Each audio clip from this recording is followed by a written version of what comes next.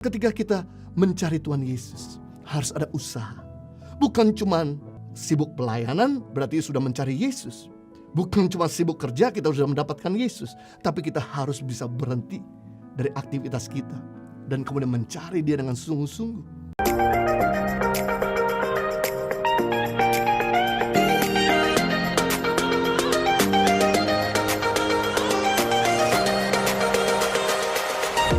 Life changing journey, perjalanan yang mengubah kehidupan dari cerita perjalanan orang Majus dari timur. Mari kita lihat firman Tuhan di dalam Matius pasal 1 ayat 1 sampai 12. Sesudah Yesus dilahirkan di Betlehem di tanah Yudea, pada zaman Raja Herodes datanglah orang-orang Majus dari timur ke Yerusalem dan bertanya-tanya, di manakah dia, raja orang Yahudi yang baru dilahirkan itu? Kami telah melihat bintangnya di timur dan kami datang untuk menyembah Dia. Ketika Raja Herodes mendengar hal itu, terkejutlah ia beserta seluruh Yerusalem.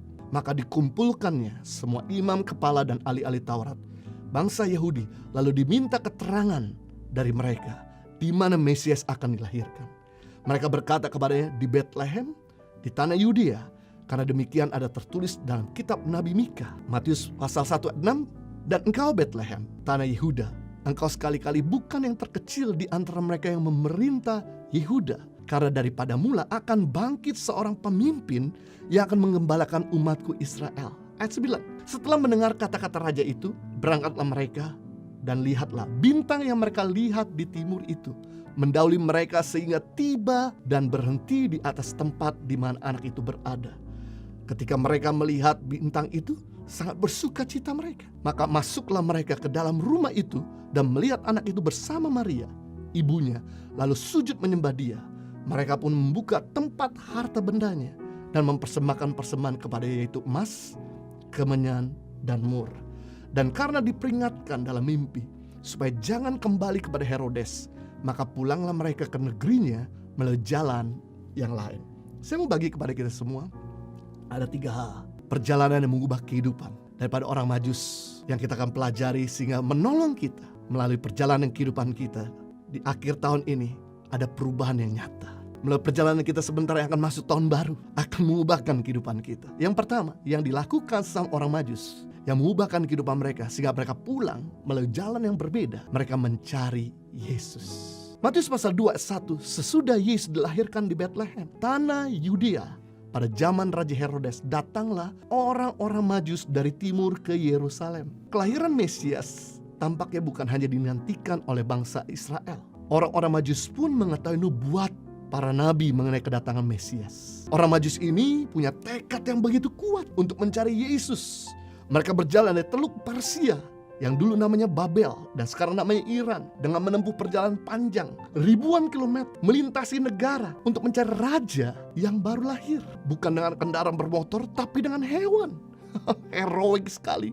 Mereka mengikuti bintang Natal yang dipercayakan sebagai Great Conjunction, di mana planet Jupiter, Saturnus, dan Mars berada dalam satu baris. Seperti yang terjadi baru belakangan ini tanggal 21 Desember 2020, di mana kita melihat bintang Natal di langit. Kenapa? Karena Jupiter dan Saturnus berada dalam satu baris. Mereka mengikuti bintang yang terang itu tanpa tahu persis di mana tempat raja itu, siapa namanya, dan seperti apa rupanya. Mereka melakukan mencari Yesus dengan iman. Mencari itu unsurnya berusaha. Orang kalau cari sesuatu pasti akan ada upaya. Kalau saya kehilangan handphone, yang saya lakukan adalah saya bukan cuma berdoa kepada Tuhan, Tuhan kirimkan handphone itu kembali sama saya. Yang saya lakukan bukan cuma berdoa, tapi harus ada usaha.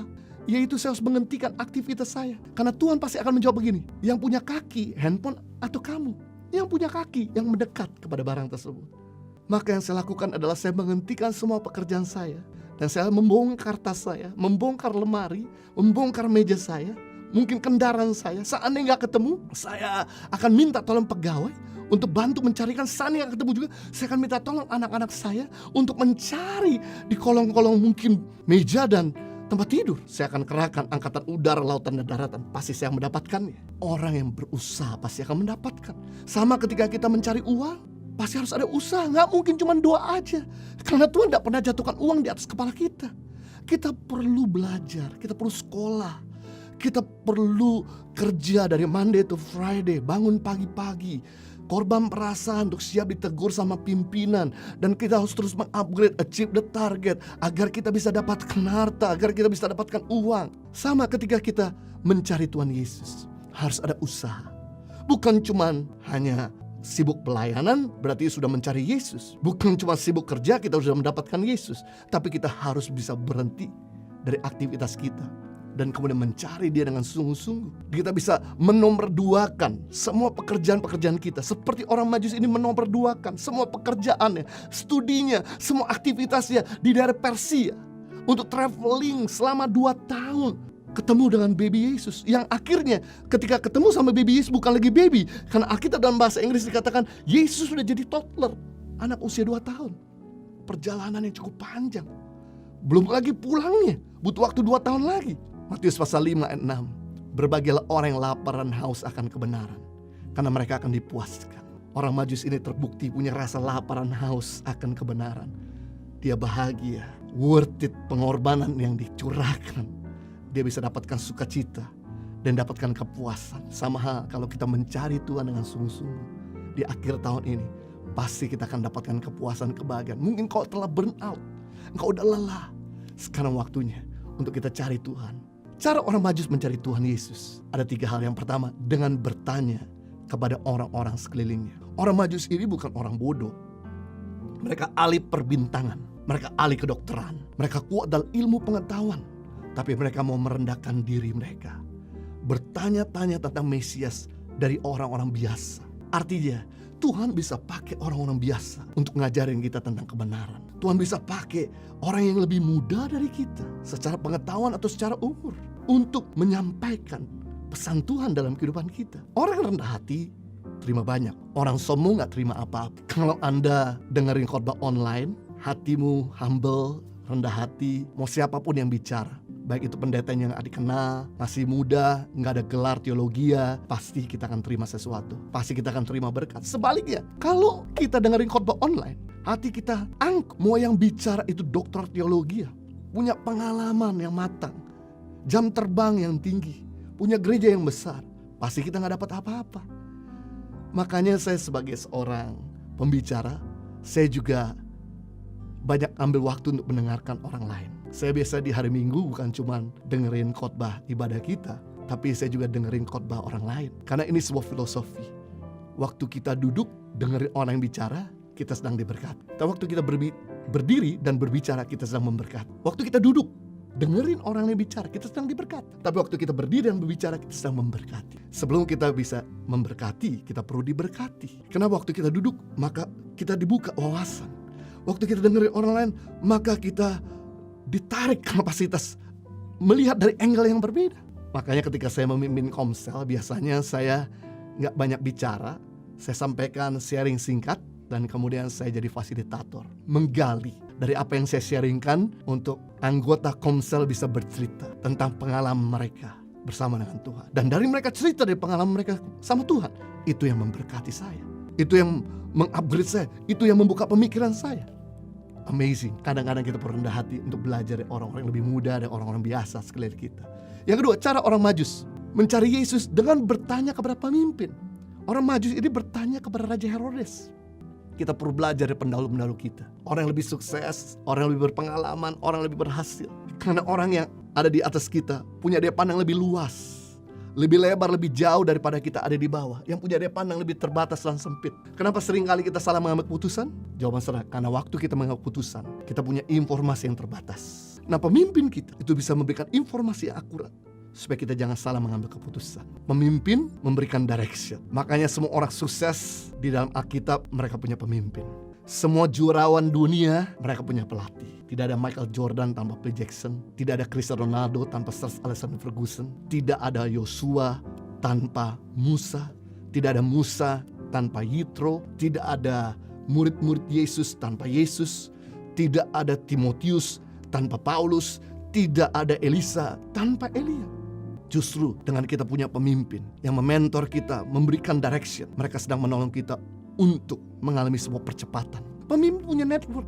Dia dapat menghubungkan dengan orang-orang yang kita di mana nggak punya jaringan. Seperti di mana orang Majus ketika datang sama Herodes di Yerusalem, Herodes memanggil tokoh-tokoh yang mengerti sejarah. menajamkan tentang apa yang mereka sedang cari. Yang ketiga, cara orang Majus mencari Yesus dengan bertanya kepada imam, hamba Tuhan. Karena Tuhan bisa pakai hamba Tuhan untuk menyampaikan kebenaran kepada kita, menyampaikan suaranya kepada kita. Dikatakan dalam Matius 2 ayat 4-6, maka dikumpulkannya semua imam kepala dan ahli Taurat bangsa Yahudi. Lalu dimintanya keterangan dari mereka di mana Mesias akan dilahirkan. Mereka berkata kepada di Bethlehem, tanah Yudea, karena demikian ada tertulis dalam kitab Nabi. Dan engkau Bethlehem, tanah Yudea, engkau sekali-kali bukan yang terkecil di antara mereka yang memberitai Yehuda. Karena daripada mula akan bangkit seorang pemimpin yang akan mengembalakan umatku Israel. Ketika orang Majus ini bertanya kepada para imam, maka mereka makin yakin dan confident untuk mengetahui di mana keberadaan Sang Mesias. Apa yang dia cari itu benar, bukan cuma sekedar blur, bukan cuma sekedar mengawang-awang, tapi jelas. Sama hal, kadang-kadang di dalam perjalanan kehidupan ini kita gak pernah tahu apa yang terjadi di depan. Kita punya daya pandang yang sempit. Saya bersyukur begitu banyak orang-orang yang tadinya mau bercerai, tidak jadi bercerai gara-gara mereka kontak ketua sel group di Impact Community Indonesia. Dan kemudian kontak kami untuk kita konselingkan, untuk kita bisa kasih arahan, untuk kita bisa kuatkan mereka. Dan puji Tuhan, dari 4 orang yang tadi yang mau bercerai, karena mereka konsultasi tentang kebenaran kepada kami dan kepada ketua-ketua komsel, akhirnya mereka nggak jadi bercerai. Kita bisa melihat gini, perceraian tidak mungkin terjadi seandainya kita masih mau bertanya kepada orang-orang yang memang tahu tentang kebenaran firman Tuhan. Itu sebabnya kita jadi orang yang bisa mendapatkan kebenaran yang sejati.